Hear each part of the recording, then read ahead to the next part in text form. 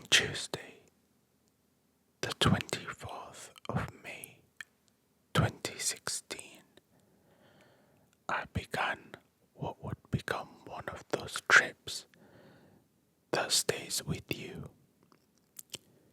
not just in photos, but in fragments of memory that come back years later in flashes of heat, movement, and small unexpected moments.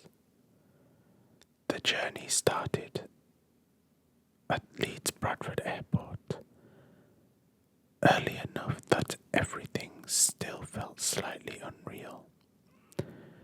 Airports always have that strange in-between atmosphere. People half awake, clutching coffee, moving through security lines as if on autopilot. For us, it was the beginning of something simple. A trip to Rome. But looking back, it became much more than that. We boarded our flight and settled in for the 3-hour journey to Rome. It was a direct flight, nothing dramatic or memorable in the usual sense, but sometimes those are the best kinds. We passed the time by watching The Walking Dead, occasionally switching to music, occasionally just staring out of the window as the clouds stretched endlessly below us. Somewhere over Europe, it felt like we were suspended between ordinary life and something new, with no responsibilities other than getting there. Landing in Rome was like stepping into a completely different environment. The heat hit instantly, not just warmth, but a heavy, dry heat that seemed to settle into your skin straight away. We grabbed a taxi and headed to the hotel, watching the city unfold through the windows as we drove. Scooters zipped between cars, buildings stood sunlit and slightly worn, and there was this constant sense of movement that made the city feel alive. The hotel itself was decent, a perfectly fine budget place, but what we didn't fully realize at first was just how far it was from everything we wanted to see. That distance would end up shaping the entire trip, turning every day into a combination of walking, bus journeys, and figuring things out as we went. Before we had even begun exploring properly, we had to deal with picking up the Omnia card, something we had already paid for before the trip. Around £200, which promised free travel on buses and entry to major attractions.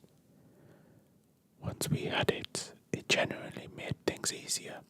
We didn't have to think about paying for buses or tickets, and skipping queues at major sites had made a huge difference.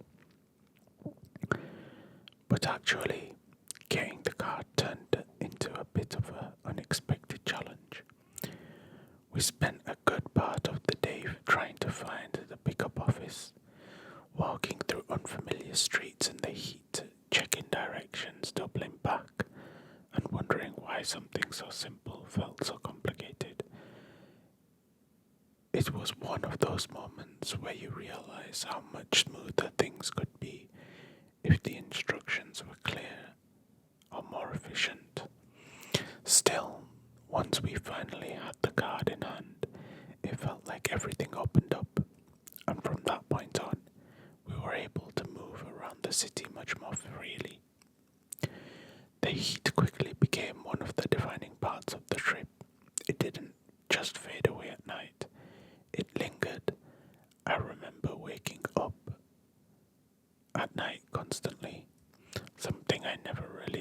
experienced before. Just from how dry and intense the air felt, it was uncomfortable at times, but it also made the experience more vivid. Rome wasn't just something you looked at, it was something you physically felt constantly. One of the first major places we visited was the Colosseum, and seeing it in person was completely different from anything I had imagined.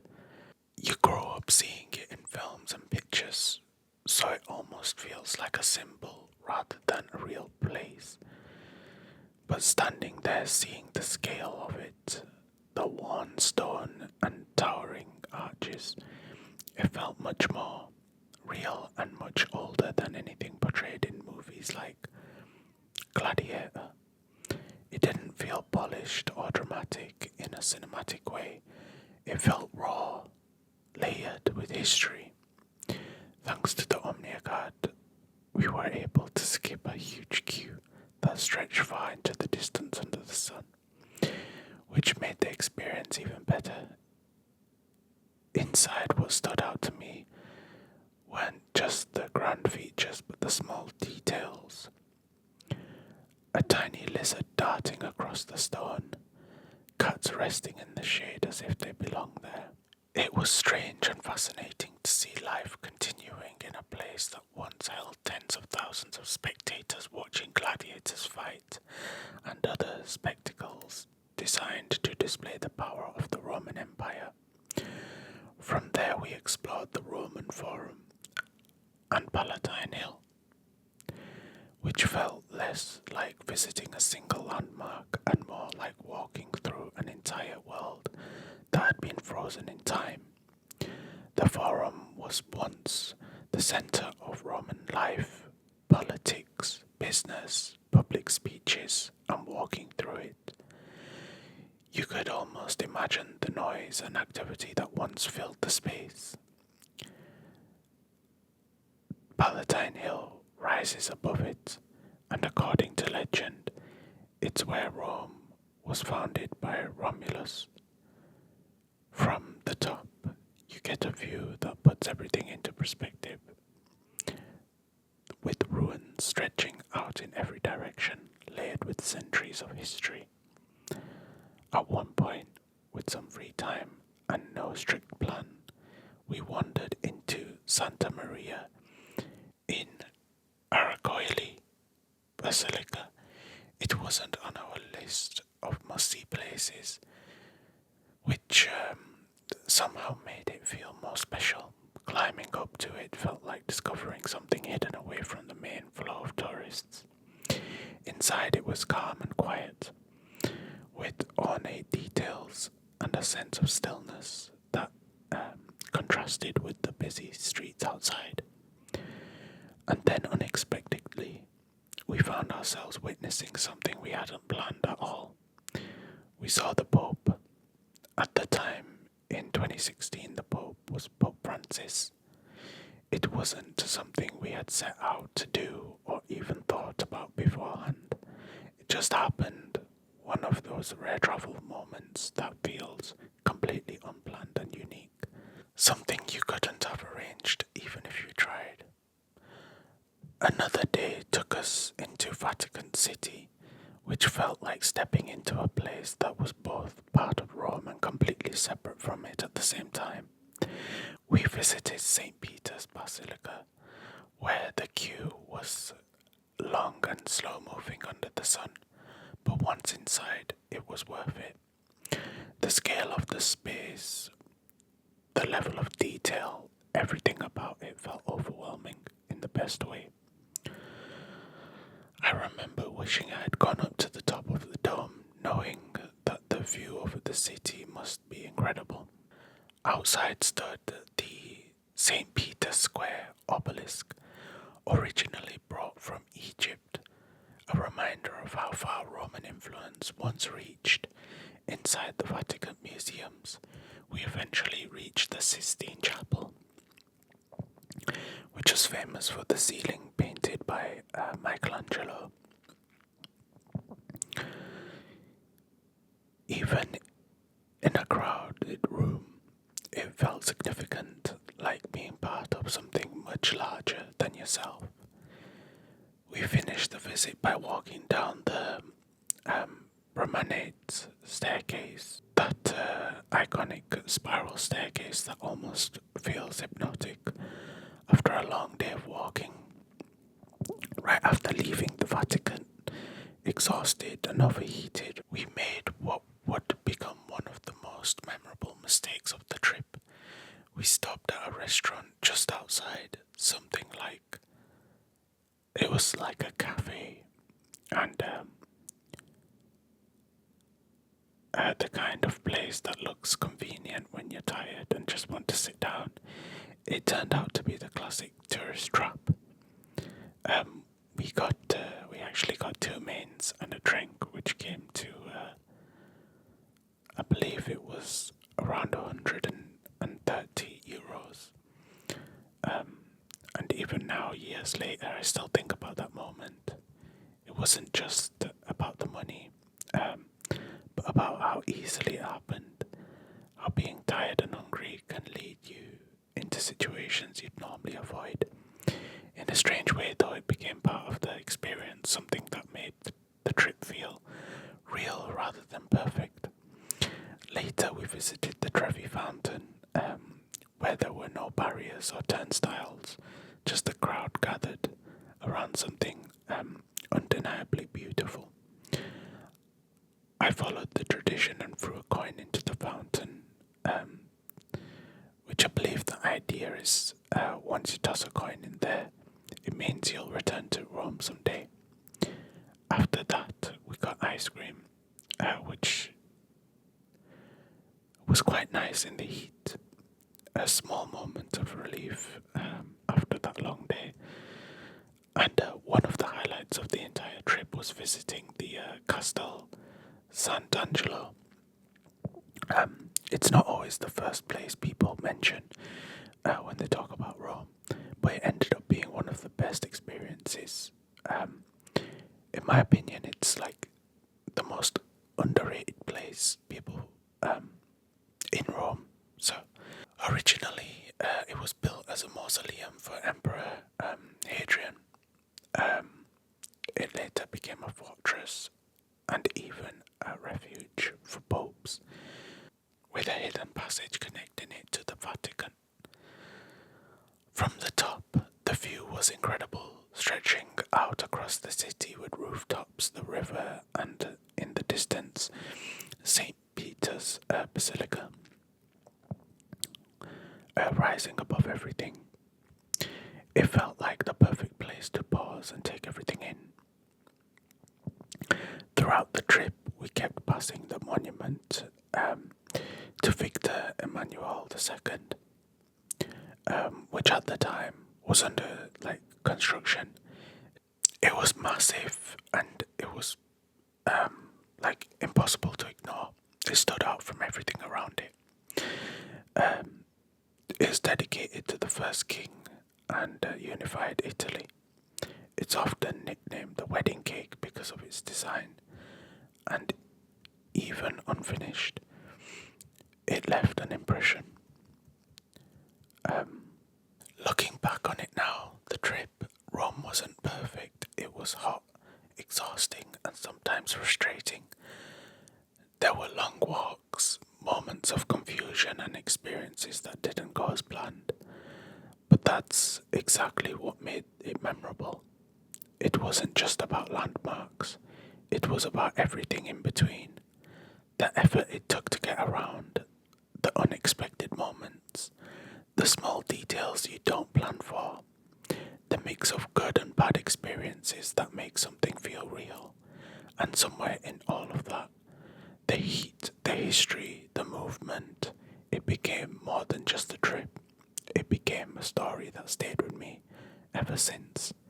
And somewhere in the Trevi Fountain, that coin is still there, quietly waiting for the day I return.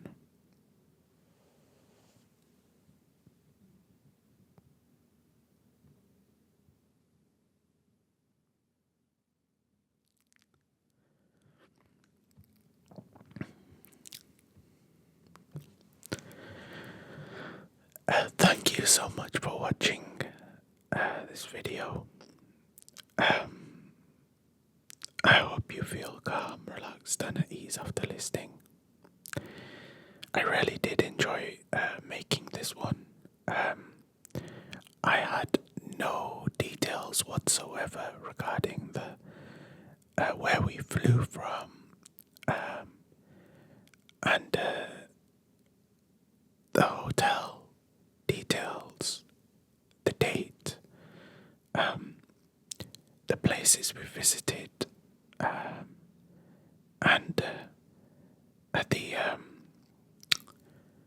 I had no idea what the cafe was called that we visited. The tourist trap cafe.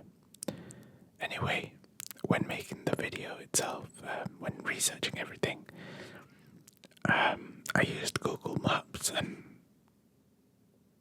somehow, I mean, I guess it is a very like iconic place, and every single, like, wherever you go in Rome, this is how it felt to me.